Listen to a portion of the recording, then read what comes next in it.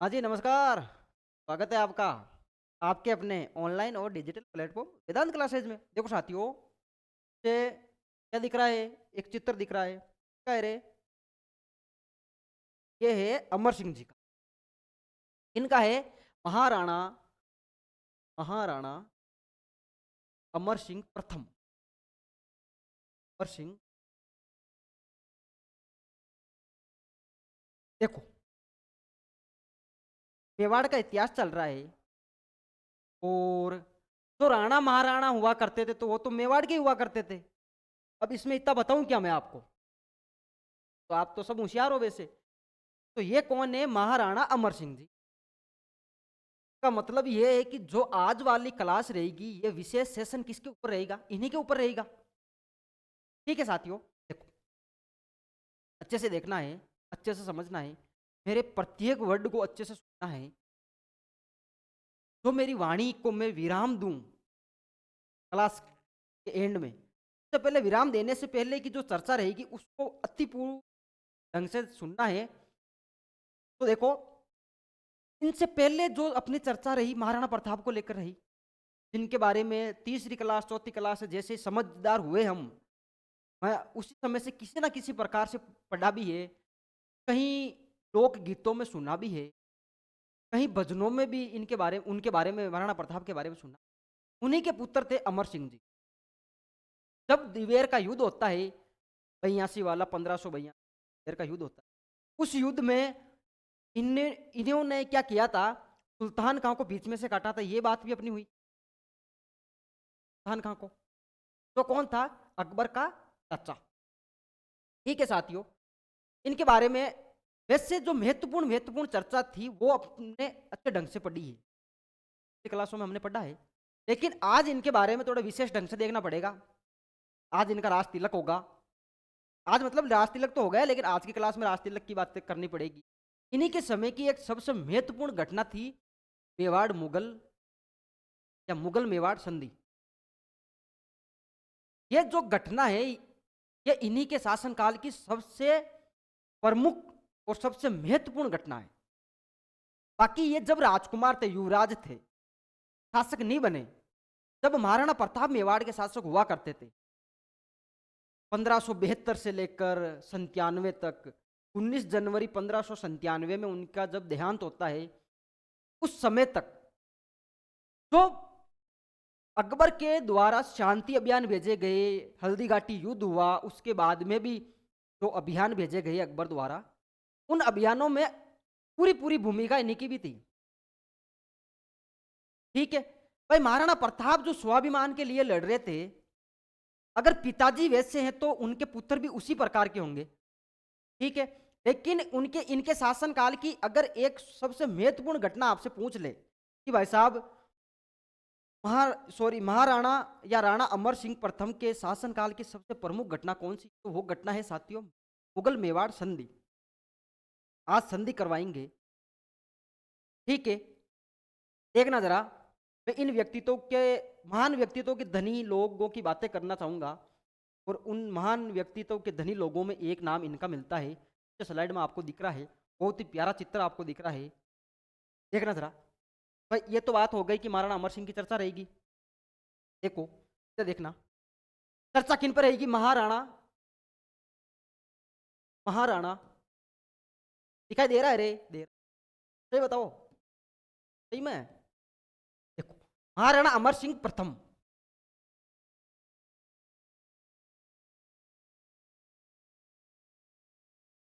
देखना जरा, पुत्र किनके है? महाराणा प्रताप के पुत्र है। महाराणा प्रताप का देहांत होता है 19 जनवरी 1597। महाराणा प्रताप का देहांत हुआ। इसका मतलब क्या है? राजा कब बनेंगे, ये राज्यभिषेक कब होगा इनका? इनका राज्यभिषेक ये बहुत बार पूछ लिया जाता है, क्योंकि मैंने ये बात बोली थी कि यार, प्रत्येक राजा का आप शासनकाल याद रखो मत रखो ये जरूरी नहीं, लेकिन कुछ एक इंपोर्टेंट चुनिंदा जो शासक है उनका आपको याद रखना पड़ेगा। जैसे राहुल रतन सिंह, प्रमुख घटना। हमीर, प्रमुख घटना। उसके बाद में महाराणा प्रताप, राणा कुंभा, राणा सांगा और राणा अमर सिंह, प्रमुख प्रमुख महान व्यक्तित्व के धनी लोग हैं ये। रखनी पड़ेगी भाई साहब। आपको आपकी जन्म तारीख या बर्थ डेट याद है कि नहीं है, कोई मतलब नहीं, इनकी रखनी पड़ेगी। अगर इनकी नहीं रखी गई, फिर पेपर में आ गया, फिर आपका जीवन सार्थक नहीं है, क्योंकि पेपर में आप कर ही नहीं पाए तो आउट, पेपर से बाहर हो गए ना। ठीक, बाहर नहीं होना है, नहीं होना है ना, नहीं होना है जी, नहीं। ठीक है जी, देखो राज्य अभिषेक की मैं बात करूंगा कि इनका राज्य अभिषेक कब हुआ, राज तिलक कब हुआ, राजा कब घोषित हुए, राजा बने कब है। इनके पिताजी का देहांत हुआ 19 जनवरी, तो 19 जनवरी 1597 में क्या होता है, इनका राज्य अभिषेक। इस बात को आपको विशेष ध्यान रखना है। पहले पहले इंपॉर्टेंट जो फैक्ट निकल कर आया आपके सामने, क्या यार साथियों, वेदांत क्लासेज दिख रहा है, वेदांत क्लासेज उन्हीं के द्वारा आपको बताया जा रहा है राज्य अभिषेक। ठीक है जी। अब देखो प्रमुख घटना की बात करूंगा, किसकी, प्रमुख, इनके शासनकाल की प्रमुख घटना। देखो प्रमुख घटना, मेवाड़ मुगल संधि। क्लास स्टार्ट करते समय भी इसी बात पर चर्चा हुई थी। क्या होता है 1615 में, सॉरी 1605 में क्या होता है साथियों, अकबर मर जाता है। अब जब अकबर की मृत्यु हो गई तो अगला जो शासक बनेगा दिल्ली सल्तनत का, मुगल वंश का, वो कौन बनेगा साथियों, दिल्ली पर राज किसका होगा, जहांगीर का होगा। किसका होगा, सलीम का होगा। सलीम मीन्स जहांगीर। अब जब सॉरी सलीम या जहांगीर के पिता अकबर ने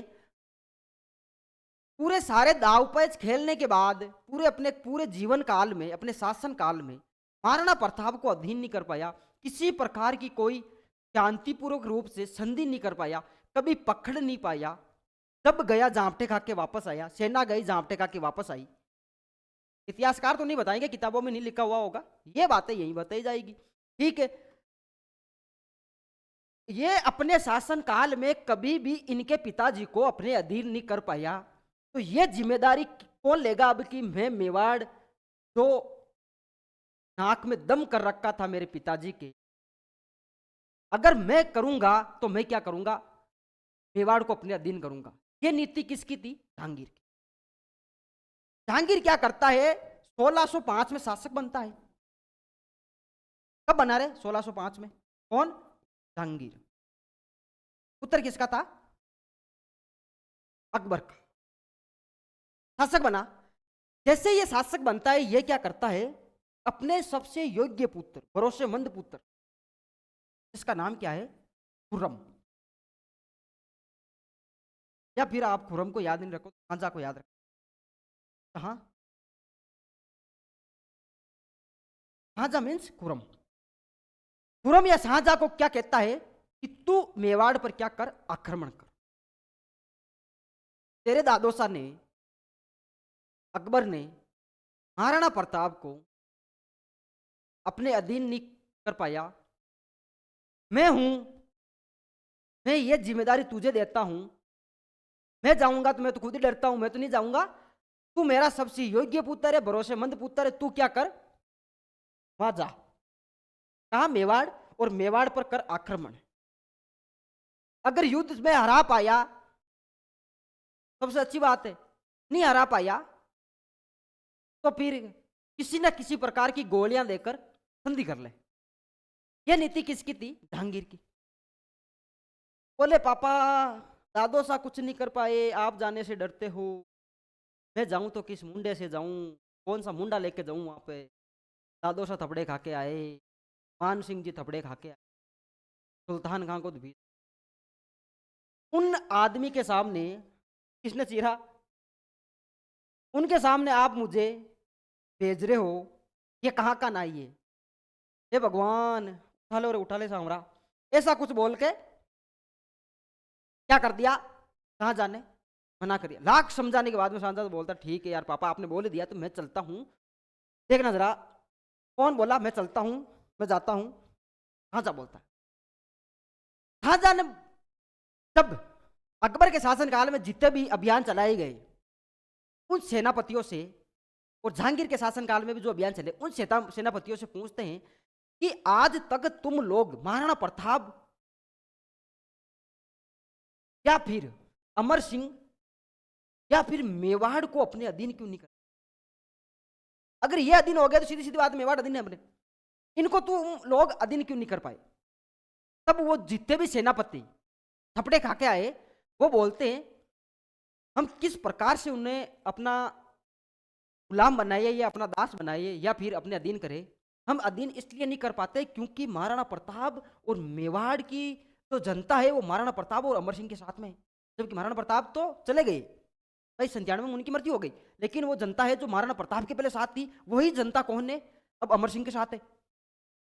और इस युद्ध में जितने भी हमने युद्ध किए, उन युद्धों में सबसे प्रमुख भूमिका अगर किसी की रही तो वो जनता की रही। जनता किसी भी प्रकार से हार मानने वाली नहीं है। जैसे भी हम डूंगरों में जाते हैं, पहाड़ों में जाते हैं, जनता में लूटती है, जनता पत्थरों से वार करती है, जनता मार देती है, कुत्ते की मौत हमें मारा गया। इसलिए हम आज तक मेवाड़ को अपने अधीन भाई, आपके दादो साहब अधीन नहीं कर पाए और आपके पिताजी ने यह काम आपको सौंपा है, तो अब आप अपने हिसाब से कुछ लगाओ दिमाग। ये दिमाग लगाता है कि बात जनता की है क्या? पूछा बात जनता की है, मैं क्या करूंगा, इन जनता को एक काम खत्म कर दूंगा। इसने अपनी सेना को बोला तुम लोग पहाड़ों में मत जाओ। कहां मत जाओ? पहाड़ी क्षेत्रों में मत जाओ। अगर पहाड़ी क्षेत्रों में तुम जाओगे तो फिर वही परिणाम होगा जो दादो साहब ने गलती की, वही गलतियां वापस होगी। हम क्या करते हैं, खेतों को आग लगा देते हैं। भाई जनता जनता जनता जनार्दन, जनता क्या है, जनार्दन है। अब राजा तो राजा है, लेकिन राजा की जो प्रजा है उसका सबसे प्रमुख व्यवसाय क्या है, कृषि है, खेती है। तो हम क्या करते हैं, खेतों को आग लगा देते हैं, कृषि को क्या लगा देते हैं, खेती को आग लगा देते हैं, खेतों में आग लगा देते। ठीक है, खेतों में आग लगाना स्टार्ट कर दिया, पुरुषों को मारा गया, धोखे से वार किए गए। जहां वो जनता थी, जनता में जो पुरुष लोग थे उनको पीटा गया, मारा गया। महिलाओं और छोटे बच्चों को जहांगीर या शाहजहां जो खुरम है उनकी सेना द्वारा क्या किया गया, महिलाओं और बच्चों को दिल्ली लाया गया और दिल्ली में लाकर बेचा गया बच्चों को।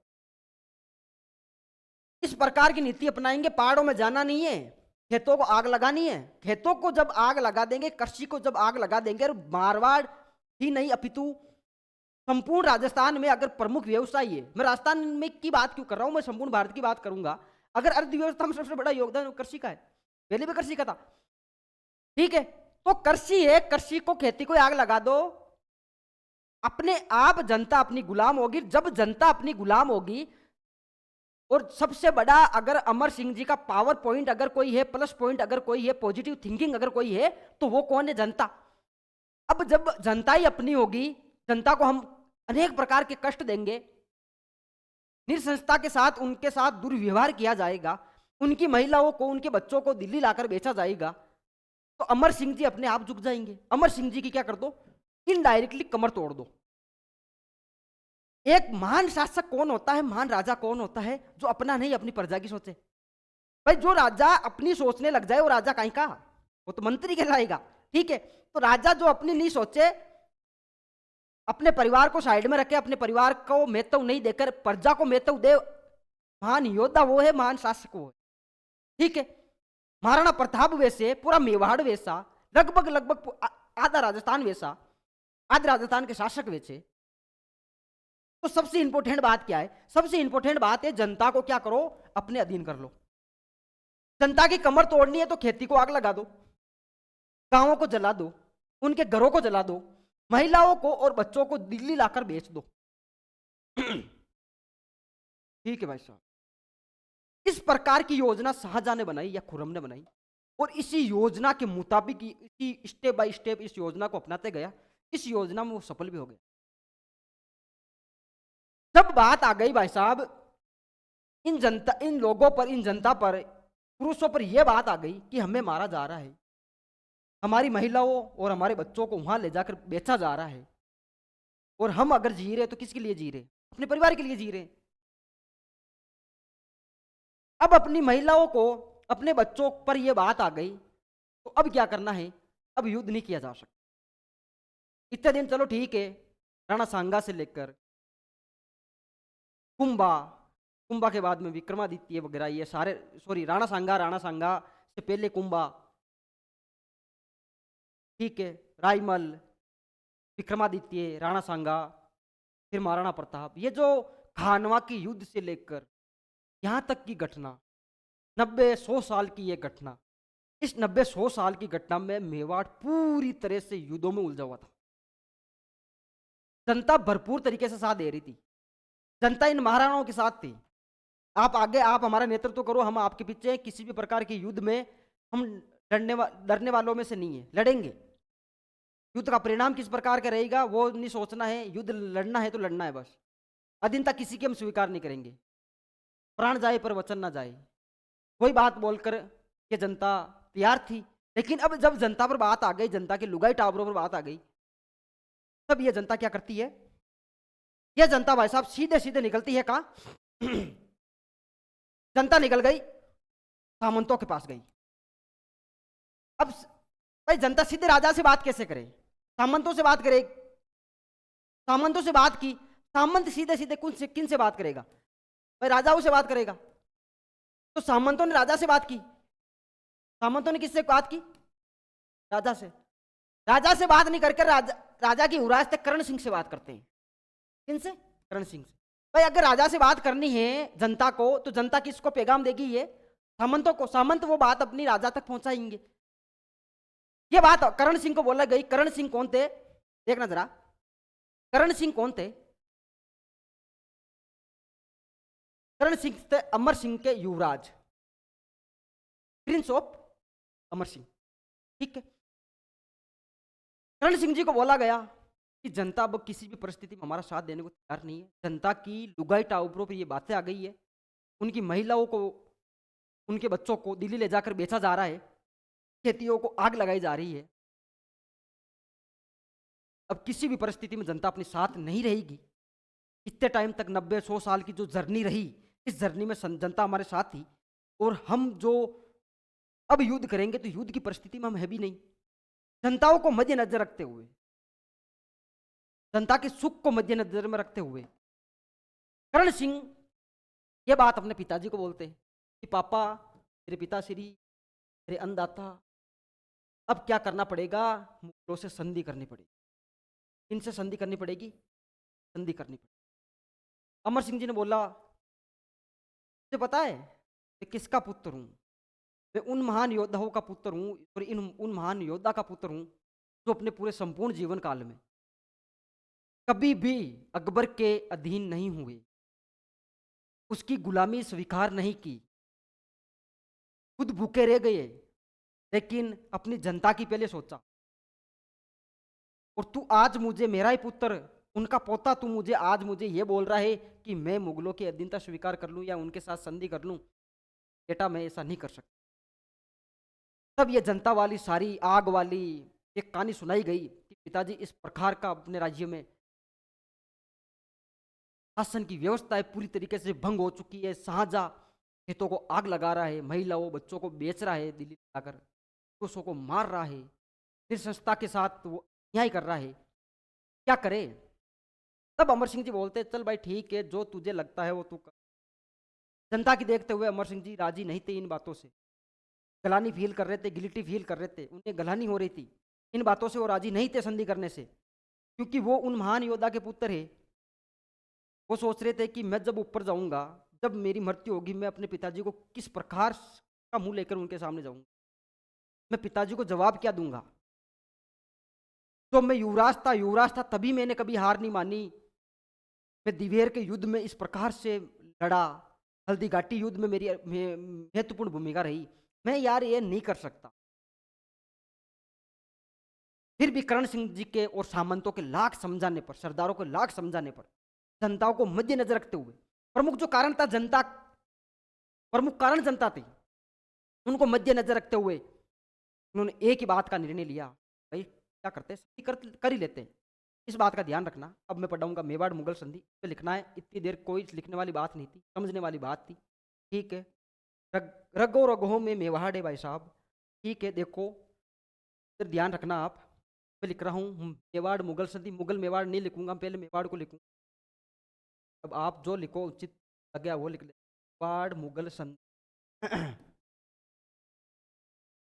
देखो इसकी डेट की अगर पूछ ले कि डेट कौन सी थी, कब ये संधि होती, इससे पहले देखो देखो देखो, एक मिनट सॉरी, इससे पहले मैं ये लिख देता हूं कि 1613 में आक्रमण कौन करता है, शाहजहां आक्रमण करता है। शाहजहां ने मेवाड़ पर अभियान चलाया, मेवाड़ पर अभियान चलाया, इस बात का आपको विशेष ध्यान रखना है। मेवाड़ पर अभियान चलाया, अभियान चलाया, इस तारीख को ध्यान रख लेना, 1613 को, ठीक है। इसके बाद में अब है ना, इसके बाद में जो अगली बात होगी वो यह होगी मेवाड़ मुगल संधि। मेवाड़ मुगल संधि, ठीक है जी, ठीक है। संधि किस प्रकार की रहेगी, होती कब है, यह संधि होती है साथियों 5 फरवरी 1615। ये याद रखने योग्य प्रमुख बात है। उस समय मेवाड़ के शासक कौन है, अमर सिंह जी है, ठीक है। अमर सिंह जी के शासनकाल की प्रमुख घटना ये। इसमें और क्या लिखना है कि इस संधि में होती किन किन के बीच है, भाई मुगल और मेवाड़ वाले राणाओं के बीच होती है, ठीक है। अब मुगल शासक कौन था उस समय, जहांगीर था। कौन था रे, जहांगीर था। इधर कौन थे, अमर सिंह जी थे, अमर सिंह प्रथम, राणा अमर सिंह प्रथम। कौन थे, राणा अमर सिंह प्रथम, ठीक है जी, ठीक। ये संधि करने के लिए, संधि का प्रस्ताव लेकर मुगलों की तरफ से या जहांगीर की तरफ से कौन आता है, आने वाला कौन है, आने वाला कौन है साथियों, शाहजहां है। कौन है, शाहजहां। देखो मैं खुरम लिखूंगा साथ में साथ, ठीक है। इधर से राणा अमर सिंह जी की तरफ से कौन जाता है, देखो राणा अमर सिंह जी का पुत्र करण सिंह, तो इस संधि को करवाने में महत्वपूर्ण योगदान इनका है। क्यों है, क्योंकि ये जनता को देख रहे थे, अपने पिताजी को समझाने वाले यही है। लेकिन ये संधि में जाते नहीं है। संधि का प्रस्ताव लेकर इनकी तरफ से कौन जाता है, 2 महान व्यक्तित्वों के धनी जाते हैं। एक का नाम मिलेगा आपको शुभंकर पंवार,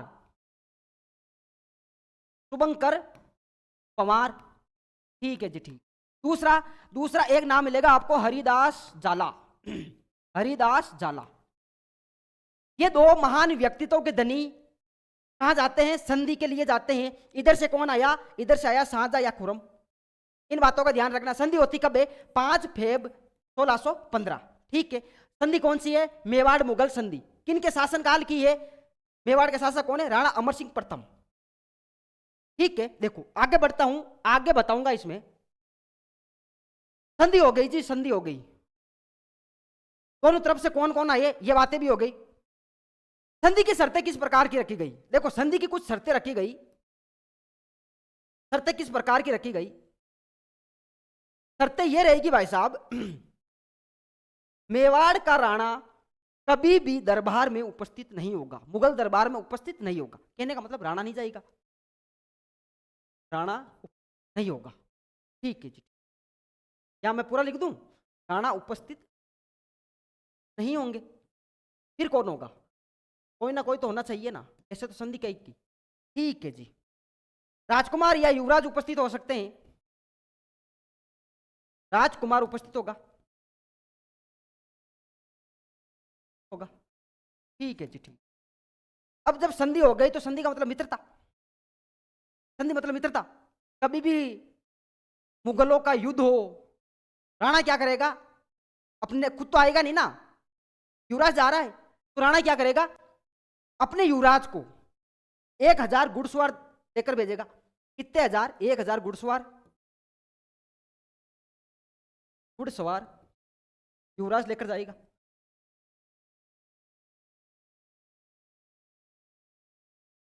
इन बातों का भी आपको विशेष ध्यान रखना है, ठीक है। देखो महाराणा प्रताप ने अपने जीवन काल में मुगलों से जो संघर्ष रहा, संघर्ष का टाइम रहा, उनमें एक मांडलगढ़ के दुर्ग को नहीं जीत पाए, एक चित्तौड़गढ़ के दुर्ग को नहीं जीत पाए, बाकी संपूर्ण मेवाड़ पर वापस अधिकार कर लिया था उन्होंने, ठीक है। तो मेवाड़ वाले क्या चाह रहे थे कि किसी भी परिस्थिति में संधि तो हो ही रही है यार, जब उकड़ में भाई उकड़ी में माँ तो दे ही दियो, जो चोटू का ही डरनी, ठीक है। भाई मैं बड़े काम को करने जा रहा हूं, फिर मैं बड़ा लक्ष्य लेकर बैठा हूं, फिर छोटी मोटी बातों से डरना क्या। अब मैंने जब संधि कर ही ली है, मेवाड़ वालों ने संधि कर ही ली है, तो आप क्या करो, मुगलों को बोला आप हमें चित्तौड़गढ़ का किला दे दो, क्या दो? आपने बोल दिया, मैं हमने बोला कि राणा नहीं आएगा, आपने मान लिया मैं आऊंगा, मतलब युवराज आऊंगा, ठीक है। आप ये बोल रहे हो कि 1000 घुड़सवार लेके आ, फिर आप हमें चित्तौड़गढ़ का किला दे दो, ठीक है? ठीक है जी, ठीक है, ले लो। चित्तौड़गढ़ का क्या दे दिया? किला दे दिया। चौथी बात में क्या लिखना है आपको? चित्तौड़गढ़ का किला दो, चित्तौड़गढ़ का किला देना होगा। किन्हें? मुगलों को। मुगल देंगे, मुगलों के अधीन में ना वो, तो हमें दे दो वापस। अब मुगलों ने इसमें शर्त रख दी भाई साहब कि ठीक है, आप चित्तौड़गढ़ का किला ले रहे हो, लेकिन चित्तौड़गढ़ की मरम्मत नहीं करवाओगे, पुनर्निर्माण उसका नहीं करवाओगे। और अगर आपने कभी भी चित्तौड़गढ़ के किले को जितनी भी प्रकार की हानियां हुई है, क्षति हुई है, उसकी आप क्षतिपूर्ति करवाने के लिए वापस पुनर्निर्माण करवाओगे। अगर आप पुनर्निर्माण करवाते हो तो हम ये सोचेंगे कि आप युद्ध करने के लिए वापस तैयार हो गए, तो ऐसी गलती कभी नहीं करोगे। ये एक शर्त रखी गई, ठीक है जी। क्या नहीं करवा सकते? पुनर्निर्माण नहीं करवा सकते, ठीक है। राजी कुछ इस बात को भी मान लेते हैं। चौथी बात इसमें यह हो गई। पांचवी बात जरा यहां ध्यान रखना, अब संधि हो ही रही है, तो ये नहीं मेवाड़ वालों ने बोला कि संधि हो रही है तो इसका मतलब ये मत समझ लेना कि हम किसी भी प्रकार के वैवाहिक संबंध स्थापित करेंगे। ये तो ठीक है, संधि अपनी जनता को देखते हुए हम कर रहे हैं, लेकिन किसी भी प्रकार के वैवाहिक संबंध स्थापित नहीं किए जाएंगे, ठीक है। इस संधि की यह भी शर्त थी, वैवाहिक संबंध स्थापित नहीं किए जाएंगे। भाई किसी भी प्रकार के वैवाहिक संबंध बन नहीं सकते, संबंध स्थापित नहीं होंगे, ठीक है जी, ठीक। ये पांच इंपोर्टेंट 5-6 बातें हो गई संधि को लेकर, जो शर्तें थी शर्तें हो गई, ठीक है। संधि हुई कब, किन किन के बीच होती है, शासक कौन कौन है, करवाने वाले कौन है, प्रस्ताव लेके कौन जा रहा है, एक दूसरे की कौन कौन, दोनों पार्टियों में से कौन कौन आदमी आ रहे, यहां तक अपनी चर्चा हो गई। ये जो शर्तें हैं ये विशेष प्रकार से आपको ध्यान रखनी है। कौन कौन सी शर्तें? राणा उपस्थित नहीं होगा, राजकुमार उपस्थित होगा, ठीक है। 1000 घुड़सवार युवराज लेकर आएगा, ठीक है जी, ठीक। चित्तौड़गढ़ का किला वापस देना होगा मुगलों को, चित्तौड़ वालों को या मेवाड़ वालों को, लेकिन जब, हाँ ठीक है दे देंगे, लेकिन उसका पुनर्निर्माण आप नहीं करवा सकते, मतलब चित्तौड़ वाले नहीं करवा सकते, ठीक है। वैवाहिक संबंध किसी भी प्रकार के, मेवाड़ वालों ने बोला कि वैवाहिक संबंध हम किसी भी प्रकार के स्थापित नहीं करेंगे, ठीक है। वो कच्छावा वालों ने कर दिया, अब हम नहीं करेंगे, हम ये शादी शुद्धि वाली बात रहने देना आप, ठीक है, और कहीं देखना आप, ठीक है। यहां तक ये बातें हो गई उनकी।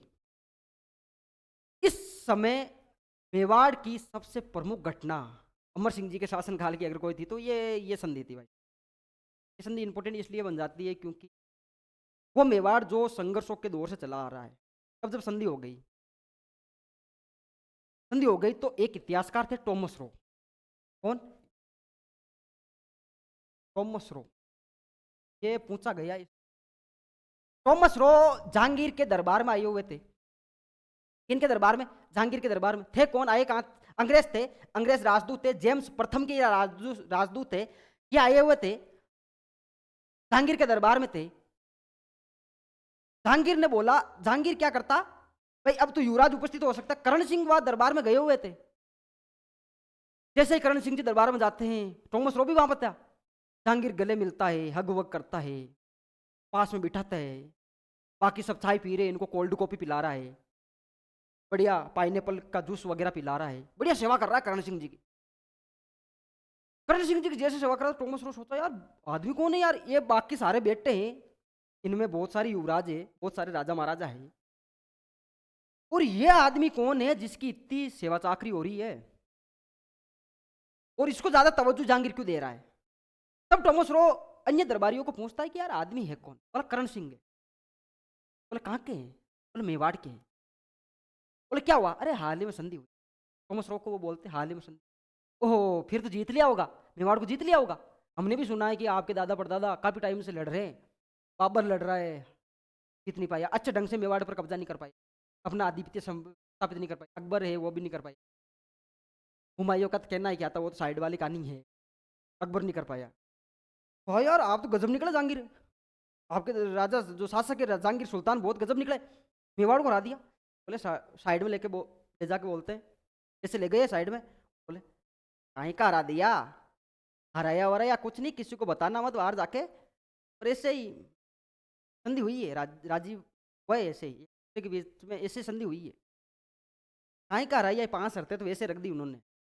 वैवाहिक संबंध स्थापित करेंगे नहीं, राजा आएगा नहीं, राजकुमार आएगा, किसी भी परिस्थिति में अपने पैर ऊपर रख रहे हैं, टांग ऊपर रहेगी मेवाड़ वालों की। ये तो ठीक है, अब जहांगीर क्या करे क्या। काफी टाइम से युद्ध चल रहा था, तो संधि कैसी भी संधि हो गई। तब टॉमस रो सोचता है, तब टॉमस रो एक कथन बोलता है, ये कथन एक बार पूछा हुआ है। टॉमस रो ने इस संधि के बारे में कथन बोला कि मुगलों ने, कथन देखना, मुगलों ने, किन्होंने, मुगलों ने मेवाड़ को, मेवाड़ को अपनी ताकत से नहीं, अपनी ताकत या बल से नहीं, बल से नहीं, नहीं, बल्कि बल्कि दिमाग से, दिमाग से अधीन किया है, अधीन क्या। इस बात का आपको विशेष ध्यान कि ये फलाना फलाना कथन किसने बोला। ये कथन बोला भाई साहब टॉमस रो ने। विदेशी इतिहासकार ही है ना ये, तो अपनी किताब में लिखता ही है, अपने बुक में लिखता है कि मुगल लोग ताकत से मेवाड़ को हरा ही नहीं पाए थे, दिमाग लगाया और दिमाग से क्या कर लिया, जनता के साथ जो खेतों को जलाया जा रहा है, जनता के साथ दुर्व्यवहार किया जा रहा है मेवाड़ की जनता के साथ, तो वो दिमाग लगाया तभी तो ऐसा हुआ। बाकी महाराणा से डायरेक्ट युद्ध करने की तो उनकी औकात ही नहीं थी। ये तो खुद अपनी किताब में लिखते हैं। जहांगीरी तुजुक या जहांगीरी में जहांगीर खुद लिखता है, देखना जरा, एक किताब है, किताब का नाम है तुजुक,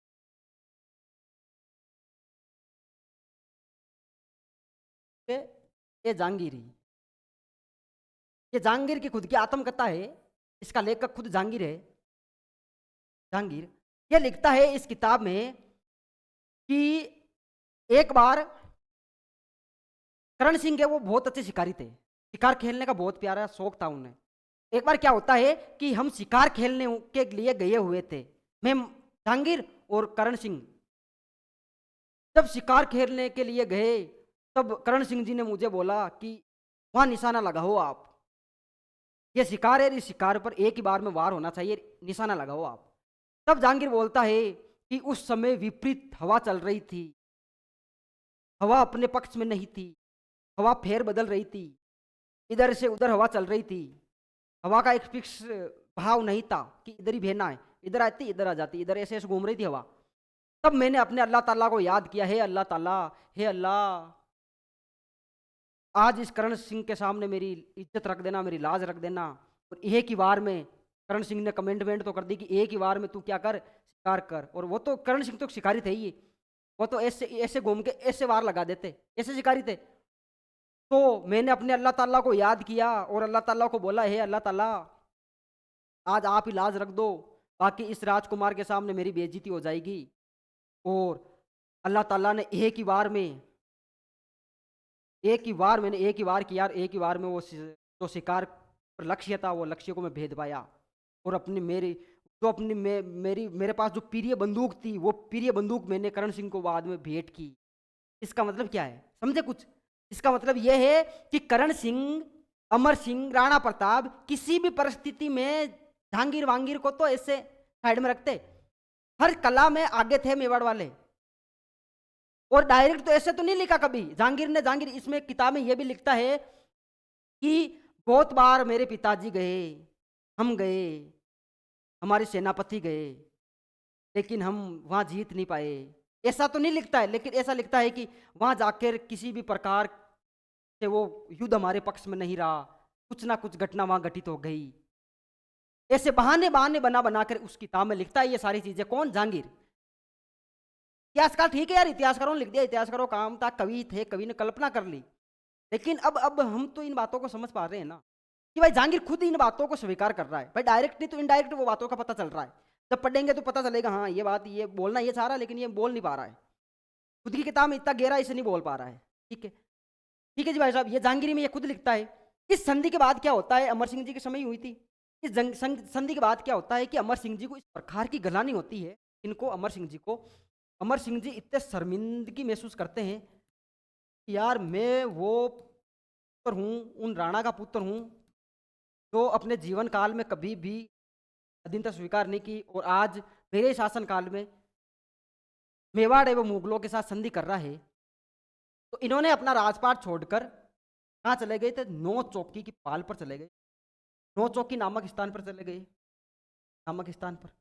अंतिम समय में ये सारा राजपाट छोड़कर युवराज को सौंपकर, अब युवराज को बोल दिया अब तू संभाल यार, मैं जाऊंगा, मेरा मन नहीं लगता यहाँ पे। इनका मन नहीं लगता था, अंदर ही अंदर काटे जाता था। इनको ये बातें सताती थी। उनको पिछले दिवेर का युद्ध, हल्दी घाटी का युद्ध, सुल्तान का को कैसे काटे, ये सारा याद आता था। और वो निकल गए कहाँ? चले गए अपने शासन को छोड़कर, अपने राजपाट को छोड़कर नौ चौकी चले गए। इसी नौ चौकी पर बाद में एक शासक हुए थे, हम आगे पढ़ेंगे तब पढ़ेंगे, लेकिन एक शासक हुए थे राज सिंह, राणा राज सिंह।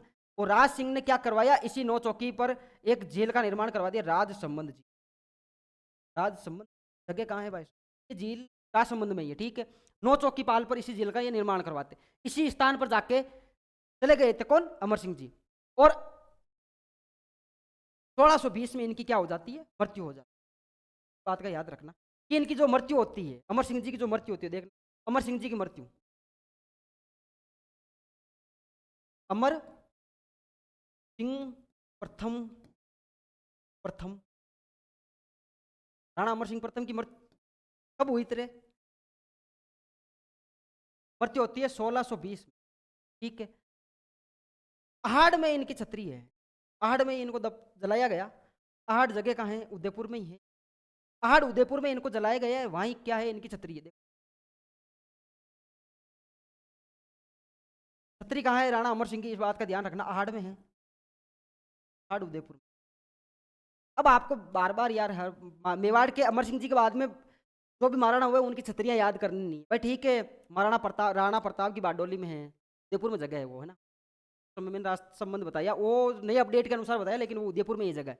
अपडेट में एक किताब मिसप्रिंट हुआ था, देखो। आहड़ उदयपुर में क्या है? अमर सिंह जी की छतरी। आहड़ उदयपुर में ही जितने भी महाराणा है उनकी छतरियां, लेकिन प्रथम छतरी इनकी, इस बात का ध्यान रखना।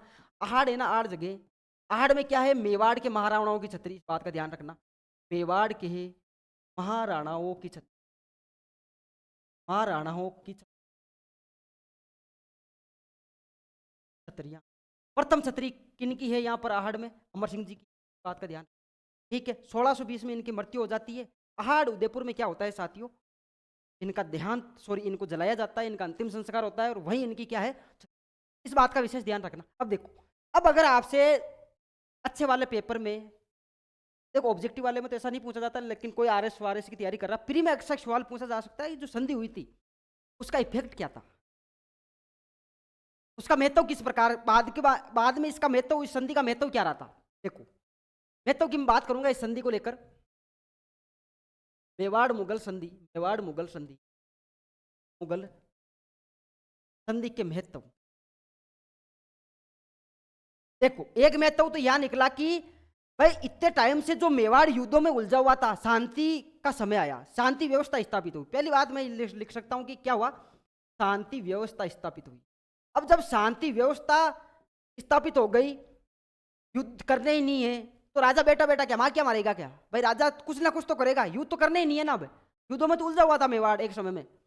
अब जब युद्ध नहीं करना तो कला को प्रमोट किया जाएगा, कल्चर को प्रमोट किया जाएगा, कला और संस्कृति पर विकास किया जाएगा, स्थापत्य कला में विकास किया जाएगा। इसके बाद इसका एक महत्व यह निकला कि कला संस्कृति पर क्या किया गया? विशेष ध्यान दिया गया। कला संस्कृति पर विशेष महत्व दिया गया। क्या दिया गया? विशेष महत्व किस पर? कला एवं संस्कृति। ये दो चार बातें बनती है भाई। एक तो शांति व्यवस्था स्थापित हो गई, लेकिन इस संधि से एक इस बात का भी पता चलता है, वो जो प्रमुख इस प्रकार से निकलेगी कि भाई जो ये संधि है, मेवाड़ मुगल संधि, इस संधि से इस बात का पता चलता है कि मेवाड़ में जो स्वतंत्रता की भावना थी ना, वो भावना मर गई। भाई स्वतंत्रता की भावना थी, स्वतंत्र रहना है, किसी के अधीन होना ही नहीं है, जीना है तो स्वतंत्र तरीके से जीना है, स्वतंत्र होकर हमें जीना ही नहीं है। वो जो भावना है ना, इस संधि के बाद में मर गई थी। उस भावना का ह्रास हो गया था। विकास तो था राणा प्रताप, राणा सांगा, अमर सिंह तक था, लेकिन अमर सिंह के शासनकाल में 1615 के बाद में जैसे संधि होती है, भाई स्वतंत्रता की जो भावना थी वो भावना पूरी तरीके से मर गई। तो एक बात ये इसमें ये भी लिख सकते हो कि भाई स्वतंत्रता की जो भावना थी, स्वतंत्रता की भावना का ह्रास हुआ। हास हुआ, हास का मतलब क्या होता है? मर गई, मतलब हास मतलब विनाश हुआ। क्या हुआ? विनाश हुआ। ठीक है, इन 4-5 बातों का आपको ध्यान रखना है मेवाड़ मुगल संधि को। उनकी क्षत्रिय आपको याद रखना है। उनके बाद में वो प्रथम आहड़ में उनकी क्षत्रिय, उनके बाद में सारे महाराणाओं की क्षत्रिय आपको याद करनी नहीं, आहड़ याद रख लो, बाकी याद हो गई। उससे पहले की याद कर लो, हमने बता भी दिया आपको, राजी कुछ ढंग से बताई। ठीक है, देखो कौन कौन सी बातें हो गई, बहुत प्यारी प्यारी बातें हो गई।